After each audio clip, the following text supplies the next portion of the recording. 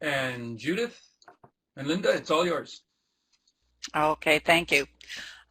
Maybe just real quick, Dan, here. Are Judy and I about the same sound level? Okay, let's have Judith and we'll hear her voice. Hello, everyone, again, and welcome. And if Pretty there's any close, good and clear. problem, okay, so we're pretty good? Yep, And good to everyone go. can hear us. Okay, great. Well, hello, everyone. Judy and I would like to welcome you back to the third session of the Alberta Learning Commons Policy Series, framed around the essential conditions for learning, a process document jointly developed by the Alberta Regional Professional Development Consortia, Alberta Teachers Association, and Alberta Education. And remember that throughout the presentation, you will hear us say School Library Learning Commons, as in our national standards, or just Learning Commons, as is in the Alberta policy. Think of it this way: the library is more of the thing or the noun, and the Learning Commons is the active learning part, the verb. As a follow-up to sessions 1 and 2, where we met some of you in Lethbridge and I met some of you in St. Paul for session 1, and then we completed session 2, our last webinar. The session 3 webinar involves support and planning for ongoing professional development and time, and creating networks in support of Learning Commons development, such as establishing dialogue groups for learning, Commons teams to meet with other teams nearby, and share timely topics, hosting conferences, in-service information, and professional resources.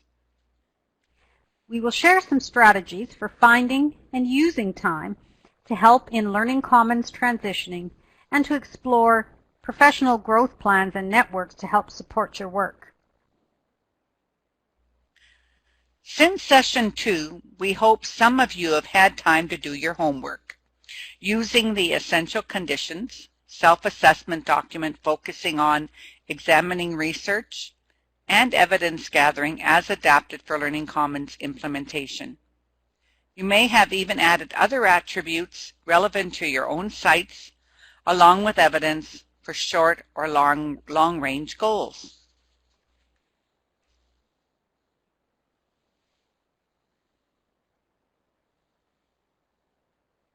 Yes, and we also hope that some of you went on to look at or use the essential conditions self-assessment document for rethinking resources and engaging the community, as has been adapted for the Learning Commons implementation. And if any of you didn't get it through the email or didn't see it last time, Wanda has brought it up there. It's the third document down. It's AM EC self-assessment doc. So it's here to download as well from our archived webinar. So hopefully some of you had a chance to look at it, or and maybe think about how you would use this document, especially as we end the year, go into next year for planning.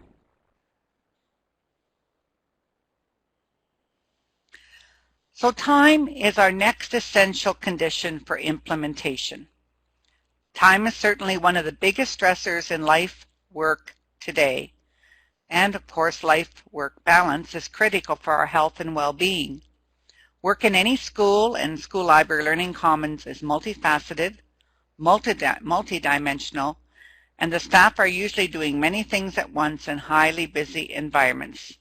Does this sound like your work? You might even want to put a little either sad face or check mark by your name.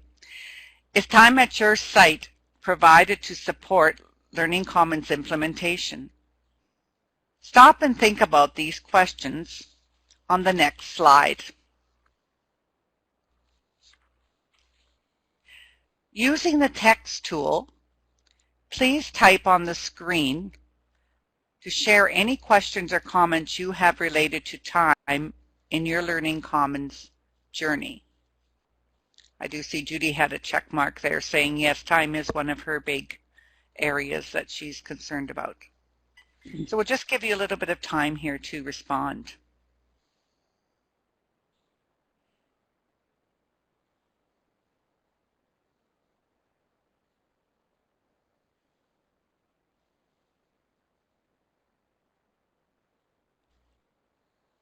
As I said before, I think we're finding, especially with the transitioning at this time, there seems to be a lot of stress with people not quite knowing what they should be doing exactly to move into this area. Good.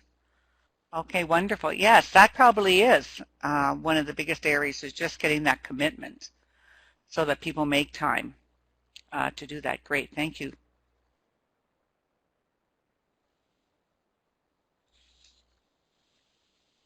I think we have found, Judy, haven't we, where schools have bought into the understanding around that they need to look at learning and teaching as a priority, and then I think they move fairly quickly into the physical transition. Would you say that? Agree with that, Judy?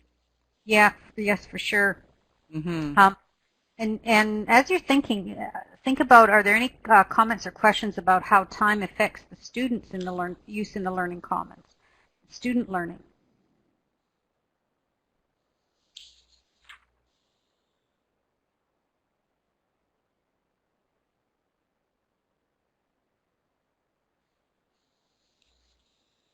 Okay, we have another idea.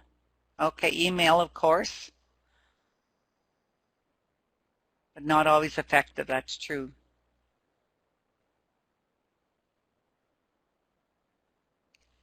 Okay, I think we'll move on, Judy. If you still have some comments or questions. Oh, Deb Marshall is. Thank you, Deb.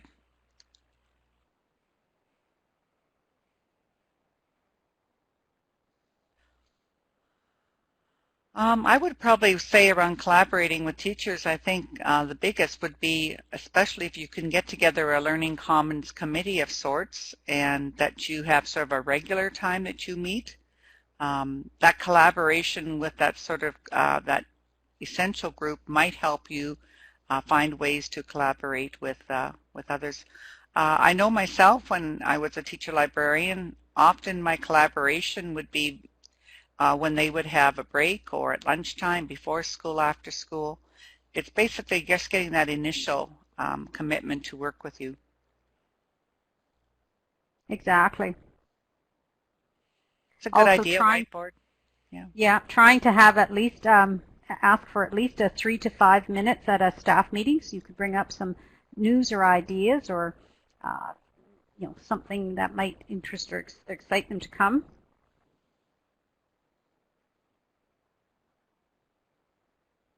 Okay, we see some other comments here, Judy. Financial planning, yes, definitely, you do need that. A teacher education assistant, maybe, helping as well. Job description, yeah. That's good. Yeah. Yeah, it certainly does. The Learning Commons certainly does become a very busy place. Well, once everyone takes ownership, and yeah. Exactly, and this type of work, again, takes time. It's not an overnight thing to get some teachers to collaborate and use it. Often starting with the one teacher, one or two, if you're lucky at your school, that's really keen, and you just go steam ahead with those people, share the project to the staff meeting, and that positive experience might get other people interested then in doing something else with you. And Deb, I think the comment you have there in the chat area is very common. If there is only one Learning Commons personnel working in the Learning Commons, it is very hard, I think, depending on your role, to get everything done that you want to get done. We know that our clients are always the first priority. Yes, Julie, and also student input. I hope that we do have some, we'll have some other tips for you as we go along here, but yeah, crucial. Oops, we've got other people typing. Great. Oh, Judy, you might want to answer this one, or comment. We have a principal because of your role in the past too. I think that's a very good comment. And it depends, if they're there at lunch hour or whatever, and there's always contractual things to worry about. Do we look at common prep times? Do we look at assigning different kind of work in that area? Or do when we form the teams that we highly recommend, and we have a lead teacher, then the teachers can meet and collaborate together and then work as they're used to working with the library tech for what support or resources do they need, but the teachers have come together to plan a research project or a unit or something like that. If the tech people can't stay after school or whatever. Often, and it's critical that the library tech be on the Learning Commons team. Sometimes if the team meets, once every couple of weeks, once a month, as principal, in my board, I was able to offer loo time to my library tech, half a day over a few months if they came in extra to do that. So lots of things like that you can think about. And I do know that, too, library techs have often told me that depending on their area or district that they, because they are contracted for school time only, but sometimes professional days, maybe even one a year, they would like to be able to take part. And so again, I think, Judy, your comment there may be a loo day so that they could come to a professional day and engage with the whole staff so that they're more involved with what is happening around learning and teaching. Exactly. Okay, I think we'll have to move on, but thank you for those ideas and around time. Thank you. Talking about students and time, one thing I want you to think about is certainly, do students have sufficient access time? And this impacts on the question about the hours of the library techs or library staff as well. So do students have sufficient access time before, during, and after the instructional day with support in the school library Learning Commons? These are the questions about school libraries that are currently looked at on the Alberta Ed Accountability Pillar Surveys. It's one way that Alberta Ed kind of tracks what's happening and how it's going in the school library, and certainly in the schools with the pillars. The pillars and the surveys are sent to grade 4, 9, and 12 students, all teachers, administrators, district people, and every year. And this is how results and trends are looked at and patterned. Now the sample on the slide, and you may want to make your slide big so you can read it a little bit better, is from the grade 10 Accountability Pillar Survey. Only one question on that one to the high school kids about school libraries, and it's about access, and do they have the time before and after school and the access. When we look at our provincial satisfaction surveys, and again I took the high school one, it has that similar question again, because it's broader, goes to more students, but it also includes 3 other questions.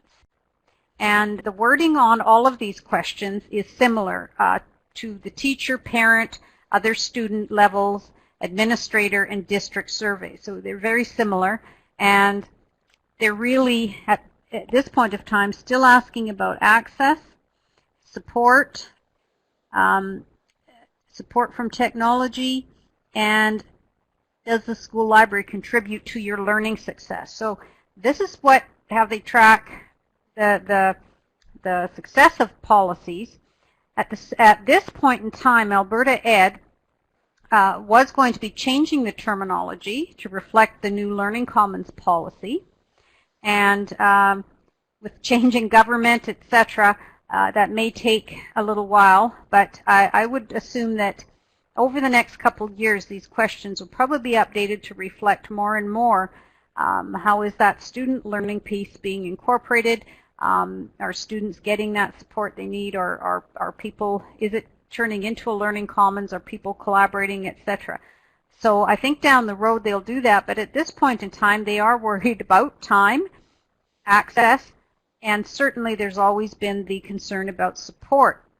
Many of you may have also done a survey, one of these surveys for Alberta Ed, usually come in the spring, and I believe, I know my staff was able to do them online, and they're mailed out to different places in the community, and the data usually comes back to your school, and then the districts compile theirs to Central Alberta Ed. So you may want to look at this information or these particular questions as part of learning about time for the students, time for them to have the support and access to do their work. And Wanda, if you want to just quickly show where the site is, you can, if you're so inclined, you can study any kind of what's on these surveys, any kind of data about them, and every year the government must post the results. So there's the Alberta Ed provincial satisfaction surveys.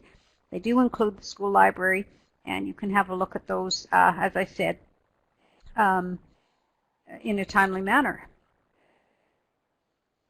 So we can go on to the next slide. Great. And we see the results and all those sorts of things posted there.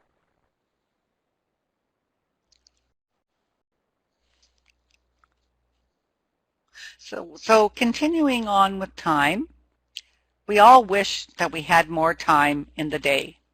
However, when we take the time to reflect on where our time is spent, it can be very illuminating. One way to do this is to log your time for a few days using a simple chart like the one on the slide, and think about activities you did based on the categories in the squares and your role in the Learning Commons. You can use the questions on the slide to analyze your time. So you're looking at time with individuals, you're looking at staff, small groups, parents, community members, and other ways as well. And some key questions. What are some first impressions of your day? How might it inform your work? Which activities do you think had the most positive impact in your role for students, and why? So here we can do a little bit of a group activity. Using the stamps, stamp tool, we can ask everyone to use a star stamp and see where everyone spends most of their time. So just give you a minute to use the stamp tool, and maybe, I don't know if that has to be. Example? Yeah. Use your time today, or yesterday or today, one day this week as an example.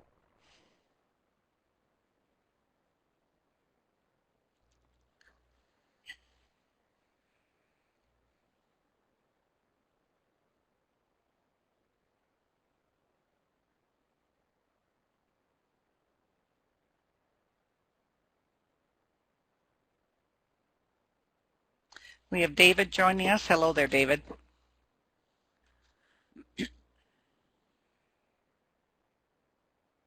Great.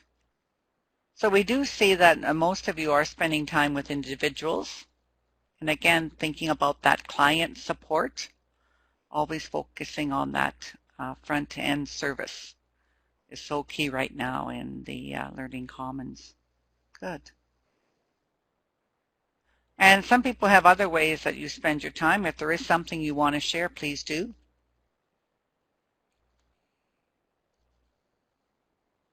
And as you can see, doing this sort of a time log can provide good information when you meet and share with your principal for maybe getting some support and making changes for your time. And so we did see, I think earlier, someone did have a question about how do you, Deb had made a comment, you know, when does she find that time to do some of that backroom tasks? And it is a challenge when you're the only one, for sure, in the Learning Commons. But again, this really helps, I think, staff and your principal to see what you are doing on a daily basis. Okay, we'll move on.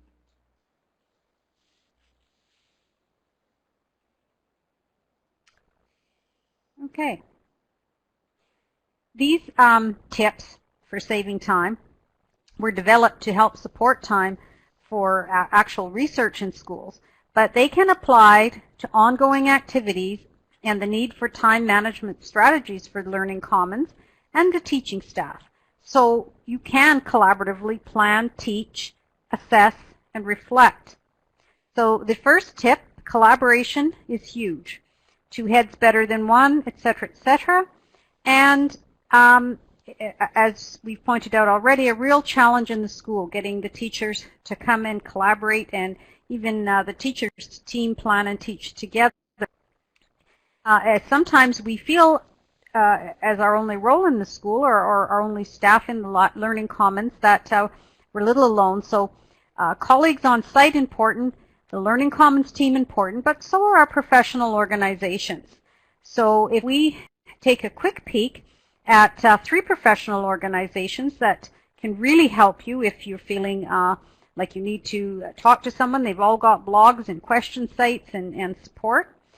Certainly our Alberta School Library Council, and Wanda, if we can just bring up that site, has a lot of support in Alberta, and worked on the policy and support around the policy, and on their website is for teachers, teacher librarians. It has a principal's corner, a parent corner, and I believe that library technicians and library assistants can also attain membership, or certain types of membership in this council if you actually wanted to join.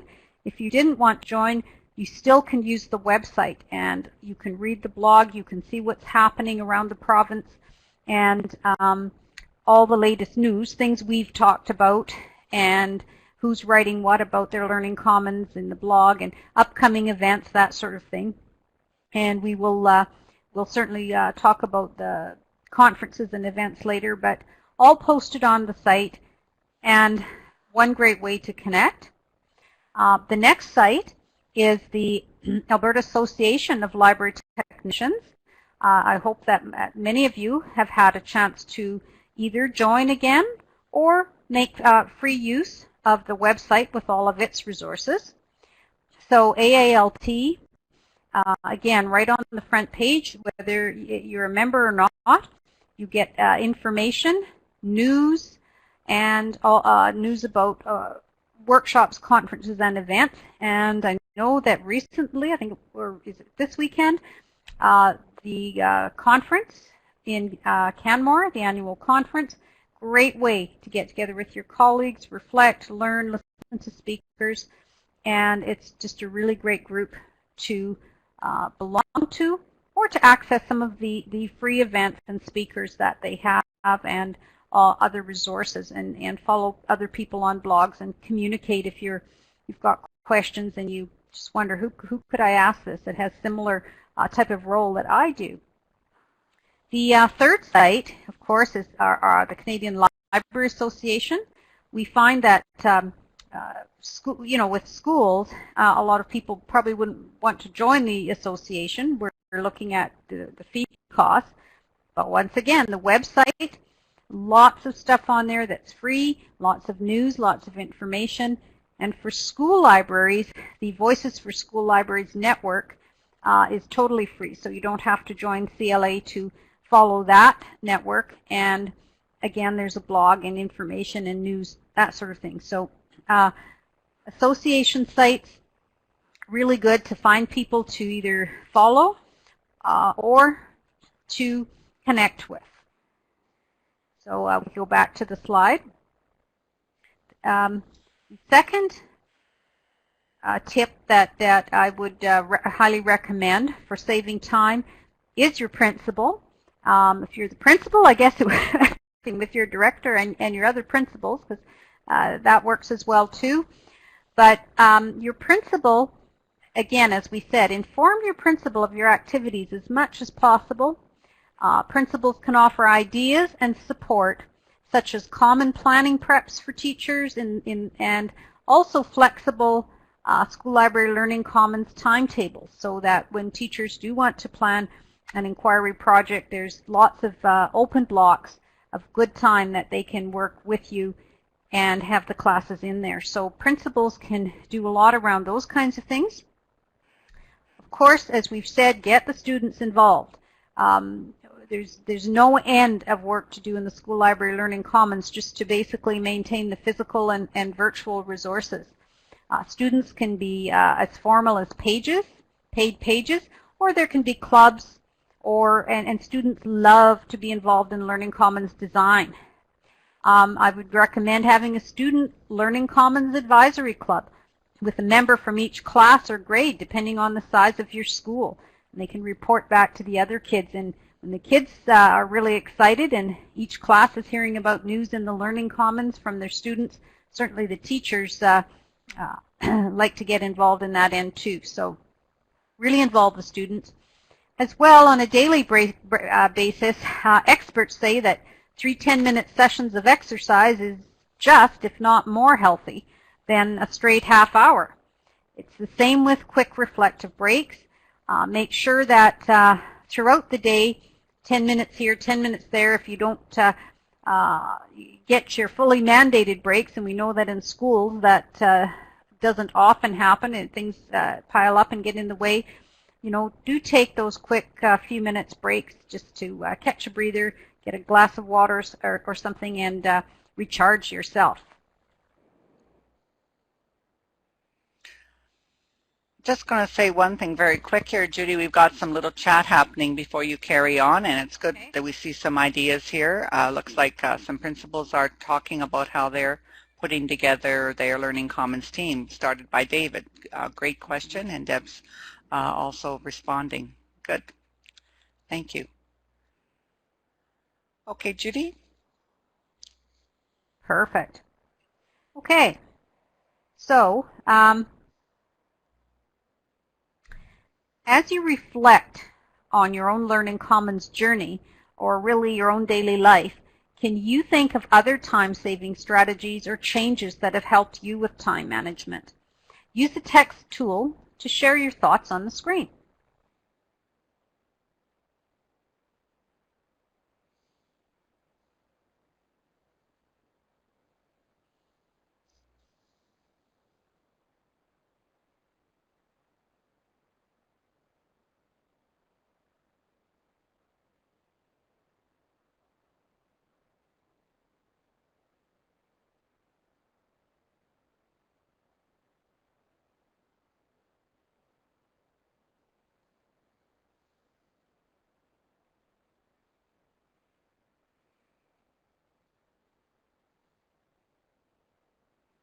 Okay. Excellent point. Remember that first point, a group of people with a similar goal, that takes you back right to the very first essential condition, is having that shared vision. Once that, extremely crucial in getting the move on and getting saving time, spending time there saves lots of time in the end when you're moving through the changes. The idea of making lists, yes. I don't know what I did before the days of sticky notes where you could make it on there and have them all over your desk. A log and calendar, great idea. And a technology one, the Google Calendars, and sharing that with the other staff and getting them to use it. I know lots of School Library Learning Commons teams that have found that to be extremely beneficial, to get on Google Docs and do those kinds of things. Make your virtual commons work for you and save you time in planning and managing the site.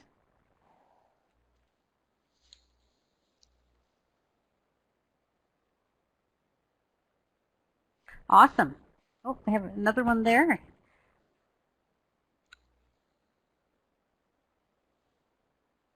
Yes.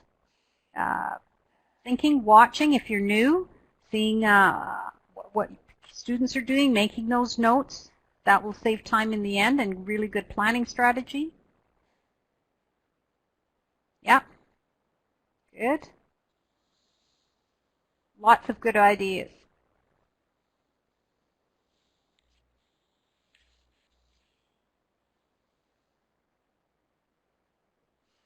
Okay.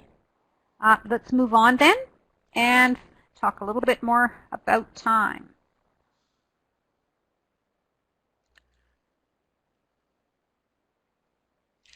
So we're going to take a little look now again back at the national document, Leading Learning, Standards for School Library Learning Commons. I think that the appendices have been very well received nationally by any school that has been delving into the document. So I'm going to take some time to look at these 8 appendices that were designed to help facilitate a whole school involvement in building the Learning Commons, and each can help save you time. So we're going to start scrolling down at page 29. And I know that this was handed out to all of you at your session in our face-to-face. And so you've had time to take a look at it, but maybe not so much time at the appendices. So here we are at Appendix 1. And again, you can see the various standards with their symbols there.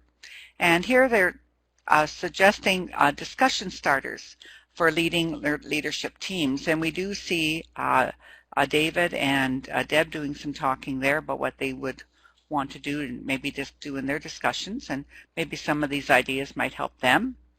And if we go on to Appendix 2,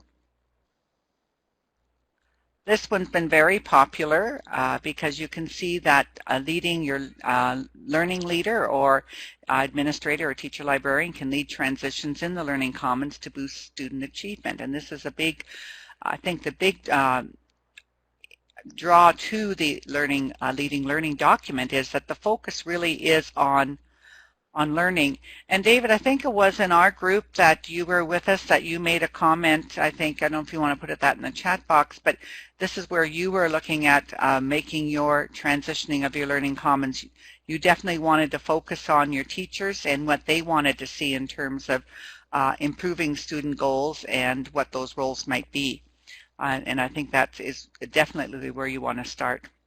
So there you can see the various aspects, and here we have standards for growth indicators. And again, on your standards on the left-hand side, where are you now, where do you want to go, and how will you get there? And again, this is one very successful one that's been used. And again, when we're looking at it in terms of where you are and where you're starting from, every school is different, and so you want to choose a timeline that's going to work for you, and you want to have that indicator around sustainable change that you can say, where are we going and how are we doing along the way. And then our next appendix is tips for achieving needed physical changes. And again, this is often the part that will draw in the students who get very excited about that new physical changes that they can see. And the virtual Learning Commons, and this is probably one of the biggest adjustments as well for many that are working in the Learning Commons, and some great points here that we aren't just the physical Learning Commons, we are also the virtual, and so you have that access 24/7 to many of the resources, digital resources, and access to what is happening in the Learning Commons. Here we have some wonderful ideas about how you might want to ensure what that physical space looks like and maximize those that are working in the area, and again supporting students, and what might the different scenarios in terms of your roles. So there's options for if you do have a full-time teacher librarian or a lead teacher, and then you also have an area where you have the librarian technicians or assistants that are working in partnership with maybe a virtual librarian. And there's our Appendix 8 with wonderful recommended resources, and these have, again, many of these resources we have on our references at the end of each of our webinars we've been presenting. But again, remember to go to the Leading Learning document, and you can find more. At the very bottom, you'll see looking for more references or bibliography at the very bottom there. It was at the bottom of that page, that last appendix. Yes, and we won't go there right now, but you can go and check there for more as well. There are more than 240 resources related to this publication. Okay.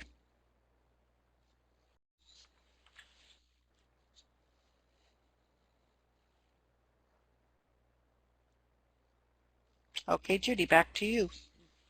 Okay, so lots of things to think about. Time, an important ingredient in implementing an innovation, and make sure then that you see that time is provided to support implementation for the students before, during, and after, as mandated by the province, and that time management strategies are in place so that that important goal of collaborating, planning, teaching, assessing, and reflecting together can happen. So there's the remember to self-assess for time. So whatever your role in the Learning Commons is, you will in most cases be expected to provide professional growth plans or goals. Teachers and administrators already know that they will need to do a teacher professional growth plan as outlined by Alberta Education. And these teacher professional growth plans and the ATA and school districts provide teachers with many examples and tools. So we'll just very quickly go to that site. And we know that school districts also have professional growth requirements or activities for support staff, such as the Foothills Systems Learning Days. But let's just take a look at the ATA site. And again, I know that teachers and administrators are aware of this, but those that are in maybe library technicians or another role, using some of the examples here as to what that means in terms of a professional growth plan, even though you may not be expected to have one, can be helpful for you to set your own professional goals that you can sit down with your principal and plan maybe a conference or two or whatever it is that you would like to focus on in the next year. But I know, Judy, that Foothill System has their learning days, do they not? Many have single PD days for some of the support staff. Great. So back to the slide. To all working in the School Library Learning Commons teams, I would recommend three things. Certainly on the slide, goals on the Learning Commons, as a guide and picking up particular standard, theme, or indicator you'd like to explore in your growth goal or goals. Make sure you link your goals to the school plan goals, which hopefully include Learning Commons development. And also limit your goals to one or two that you feel are manageable, but they need to be the ones you're really excited about, and most importantly, the ones you think will most impact the students.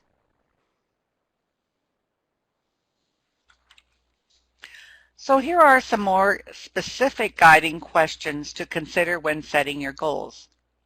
Why is Learning Commons transitioning important to your growth as a teacher, administrator, librarian, technician? What do you personally hope to learn? And how is it what you learn, how will that impact student learning? To achieve your goals, what strategies do you need?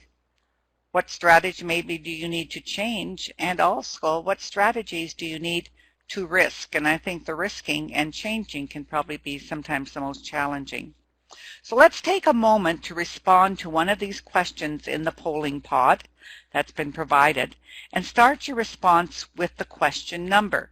For example, if you wanted to share how your learning will impact student growth, you would write number 3 and you would put in impact student learning by. Or for the last question, you would put in number 4 and you would type in I need to risk, and what might that be? So we'll give you a few moments here to do some sharing with each other around your own professional growth as stated by these questions.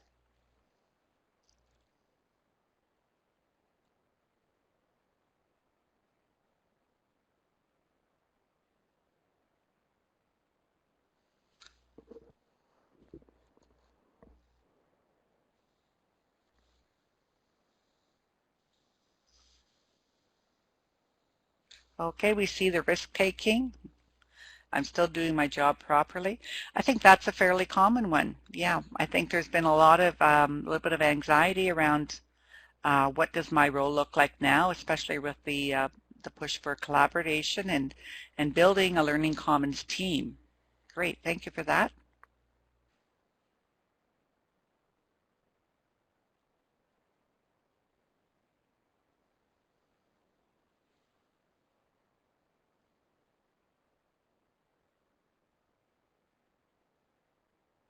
Okay. Yeah, times are changing. And again, I think this is where Judy and I have said previously that by working with the Learning Commons team, and you have your administrator and some of the lead teachers working with you, it may help you to focus on what it is that you need to be spending more of your time, especially if you are a library technician. Okay, good. Yes, learning to step back. Yep. Good. Give up control, step back, learn, let the creation piece come in. That's very tough. Yeah.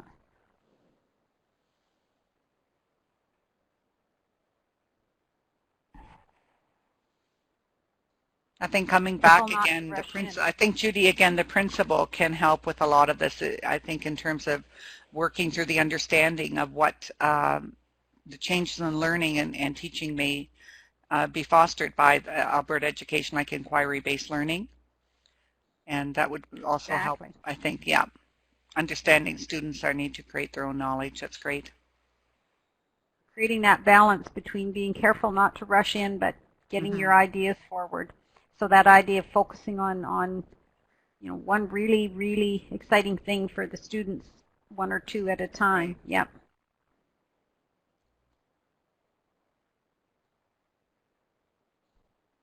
That's great.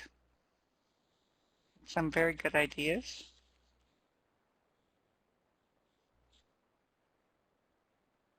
And again, back to the shared vision that you're calling buy-in. There's got to be that shared vision.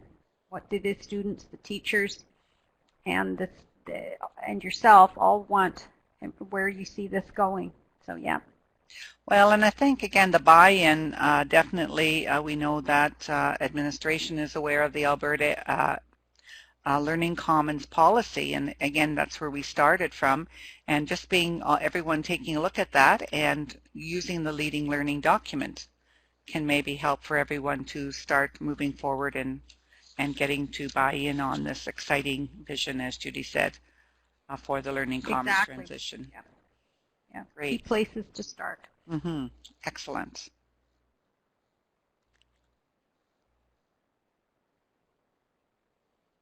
Okay. Some great comments here. All those ideas.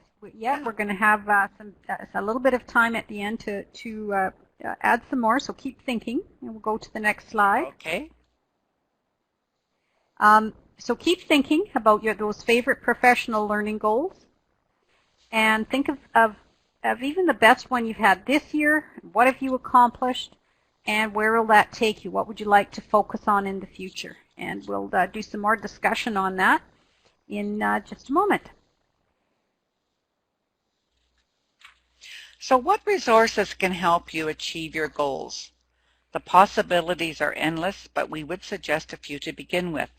Of course, Leading Learning, and of course, all of the resources that have been published and written by Koechlin, Lurcher, and Swan. Don't forget our reference lists at the end of each webinar. These also can help you in terms of achieving your goals. Remember to check organizations, and Judy had shown many of these already. The Alberta School Library Council. We have, of course, the Alberta Regional Professional Development Consortia, where we have our sessions on. The Alberta for Library Technicians, and of course the online referencer offers professional development events or workshops for Learning Commons. And as you can see, all of these online reference center, if you go just down, the monthly calendar. And Judy had the also where they had the drop down for the conferences that are and events. And to go into the online reference center, you can see that they have a calendar where they will be at any given time.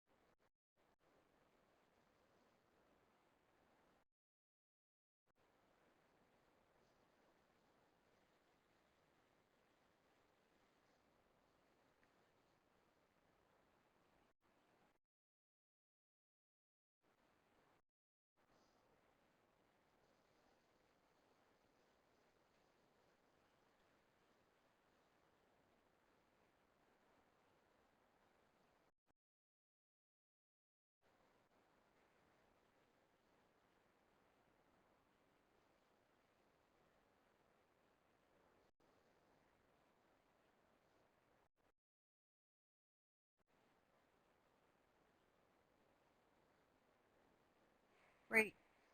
And don't forget to subscribe to journals or use free ones if possible. Two Canadian, our school library in Canada, we call it SLIC, and Resource Links. And here we have SLIC on the screen again. The standards, new and old, are on there. And as resources, and if you like, you will see the monthly issue. This is one thing that is provided free. Oops, we lost it.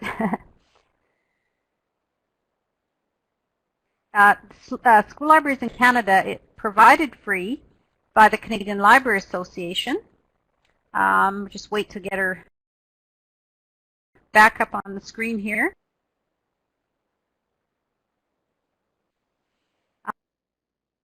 It's an excellent resource for you to share with teachers monthly via your virtual learning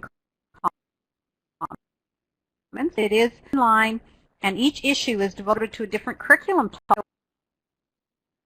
So if you are, you will get an issue on a curriculum topic your teachers might be looking for. You'll get resources and ideas for it. You get regular interviews with the theme is on science with scientists. You'll get resources, the latest book reviews for kids. You see the latest issues on law, so grade 6 and 12. You'll see nutrition. You'll see history. If you go down a little bit, you'll see he's done an issue on phys ed, physical education. There's one on business. There's one on digital. With all wonderful resources. It's a great magazine, lots of articles, so it would be of particular interest to different teachers that you work with. So it's a great resource to share with them. The editor has won the Angela Thacker Award this year, which is from the Canadian Library Association for national work, and he does it as a volunteer. He's a teacher, and he just does an amazing job. Derek Gross, who is the editor, but lots of contributing articles, lots of themes, and blog on here, that sort of thing. The other journal I would recommend, and you do have to subscribe, but again, if you go to the site, Resource Links, if you subscribe, you get 6 issues a year for your collection development of the latest, mostly Canadian, French, English, and professional books for schools, all reviewed by teachers. On the site, you will get some tastes of this. You will also get some lists of thematic by theme or by award-winning resources. Really great resource for developing your collections, K to 12, for the Learning Commons. Okay, so back to the slide. The next slide.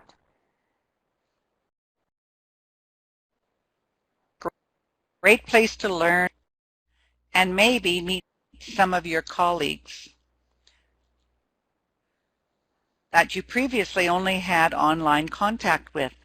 Information about conferences are on organization sites, which we have placed on the reference slides at the end. Whoops, we're not quite at the right slide there. Yep, here we are. Most school boards and some associations in Alberta provide some funding for conferences near and far. So as we speak briefly about these different conferences, you can put a check mark if you've attended any of these particular conferences, and you can stamp a star if you'd like to go someday. So here are some samplings of what's coming up in the next few weeks and years. We have the International Association for School Libraries that's going to be held in the Netherlands, and again, that's an international one. The American Association for School Libraries is being held in Ohio, and then Arizona. The one in Ohio, their theme this year is going to be Experience Education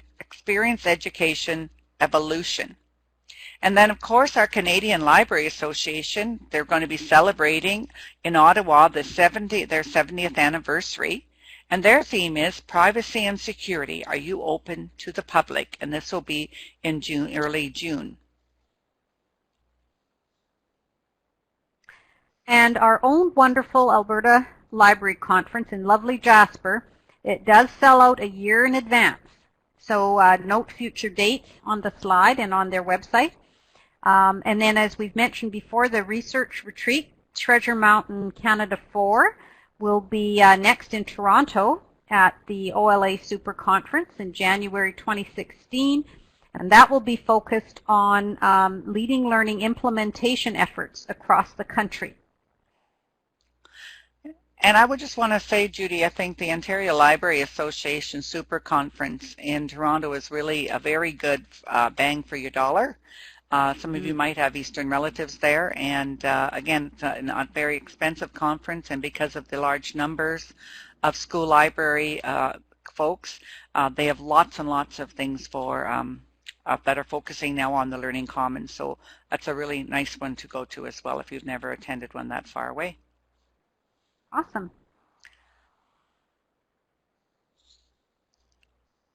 So sometimes professional goals involve further education.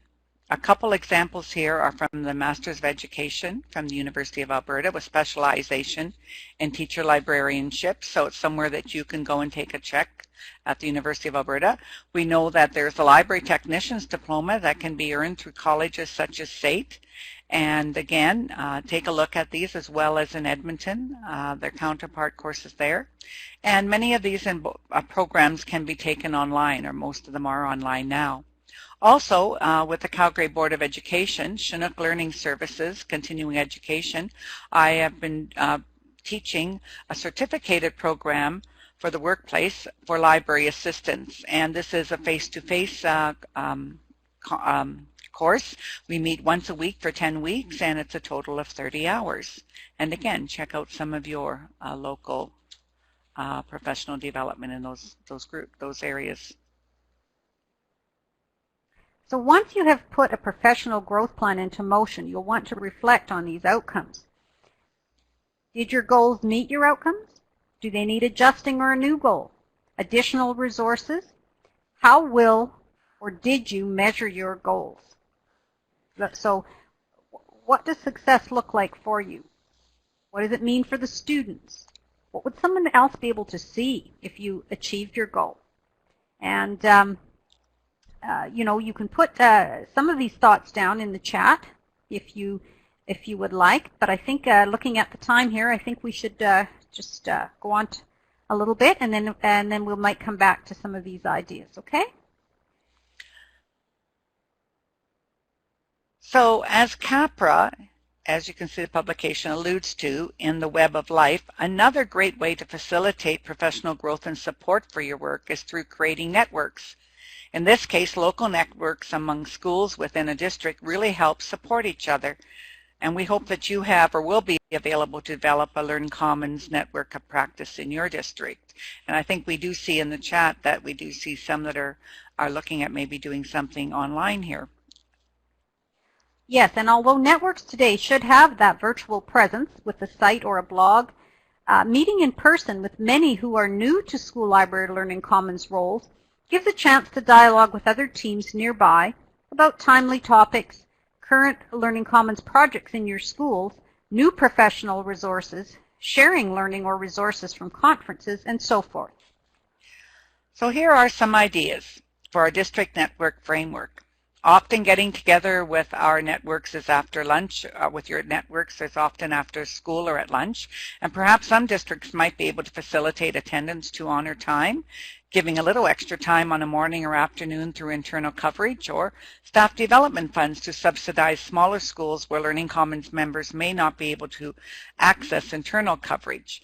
But each school takes a turn to host and chair, which always makes it much more complimentary for everyone to have some sort of involvement and commitment to their network. Here are some ideas for chairing network meetings. Choosing the timely topic, sharing projects, sharing district, provincial, or professional updates, inviting a guest speaker, or bringing them in on Skype or video conferencing. And certainly this idea of having the backup your own virtual Learning Commons, creating a website or blog. It's something a network member might want to do or share as part of a great professional growth project. So in summary, here we have some key steps and resources in a Learning Commons development journey. And I won't read them all. Judy and I'll just sort of look at them briefly and summarize. But you can see at the very beginning, you can do some timely tips working with your Learning Commons team on the Leading Learning document. You can get together and set some goals with your parent council and budget goals especially. And again, you want to explore the provincial curriculum and policies with your group. And that can be a wonderful professional development. And of course, we know the new Learning Commons and Building a Learning Commons Guide for Administrators. So that's a wonderful resource from Lercher, Kaushlan, and Swain. Yes, and certainly you can learn from a lot of the documents like we've given you, such as Together for Learning. Visit those School Library Learning Commons and National Project sites often. Study Treasure Mountain Canada, past and future papers, and there's more than papers on there. There's lots of projects and ideas. Read the journals we recommended for ideas, and connect with different blogs. By the Brooks is another really good one. And and know the results of the research in case you ever need to talk about that. So we say those would be 10 timely tips that would really help in Learning Commons development. And I guess before we finish up here with our reference lists and that sort of thing, I came across today a really interesting article about a Learning Commons journey. I think we have the website here from Sturgeon District in Alberta. And Redwater Ochre Park School Library in this district is getting inspired, and it's a very interesting article for you to read about their journey. Not only that, I believe that when we visited you in Lethbridge and St. Paul, we did talk a little bit and give you a couple ideas for raising funds for the Learning Commons, because sometimes that goes hand in hand with people not wanting to move on or wondering how they were going to do it. And we came across another great fundraising site that this before and is accessing again. I believe in the article the principal talks about their vision, their shared vision, what they were able to purchase from this CST Inspired Minds Learning Project contest, and she provides a link in there too that describes her application. And when you read about all the things she wants to do, they are certainly going to impact the way that students learn around the new Learning Commons in innovative ways. So great article to check out, and another way to access some funding that may inspire the groups as well. So another good source to check out.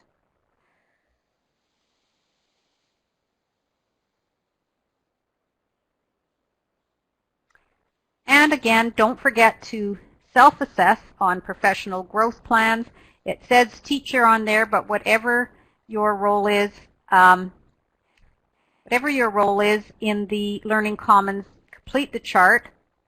And we hope that the webinar series has given you a tool, the Essential Conditions document adapted for Learning Commons, and information and strategies to move forward. The last two slides are our references for the May webinars.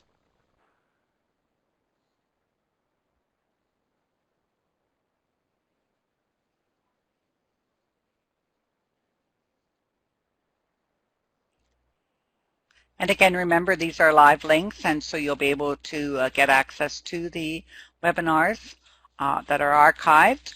And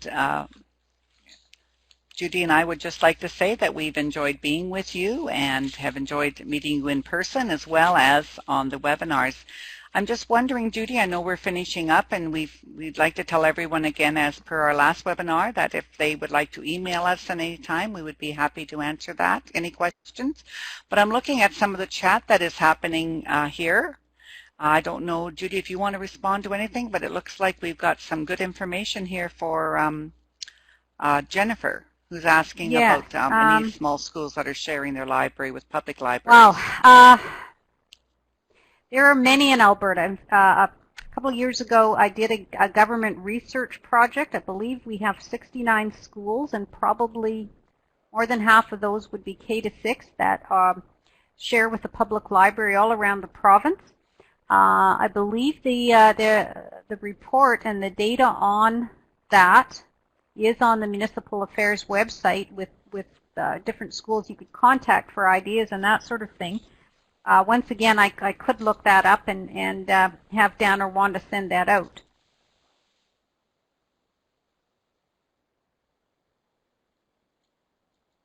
It's a very it's a different way of looking at things, and certainly on your school library learning commons teams, you would have your public library staff representative or member, if it's one person, and if that's you, on that team as well.